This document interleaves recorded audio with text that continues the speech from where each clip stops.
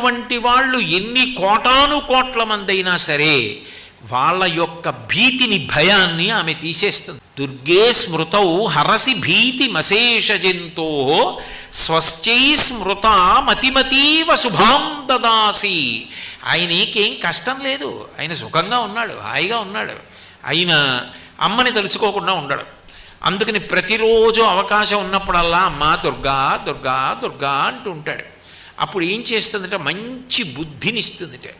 ఇవ్వడమే కాదు, ఆయన కీర్తివంతుడు కావడానికి ఆయన యందు అట్లా ఆలోచన దొంతరలుగా ఎన్నో మంచి శుభ సంకల్పములు చేయించి వాటిని కార్యములుగా మార్చగలిగిన దక్షతనిచ్చి ఇన్ని చేసిన వాడన్న కీర్తిని కట్టబెట్టి యశస్విని అవుతుంది.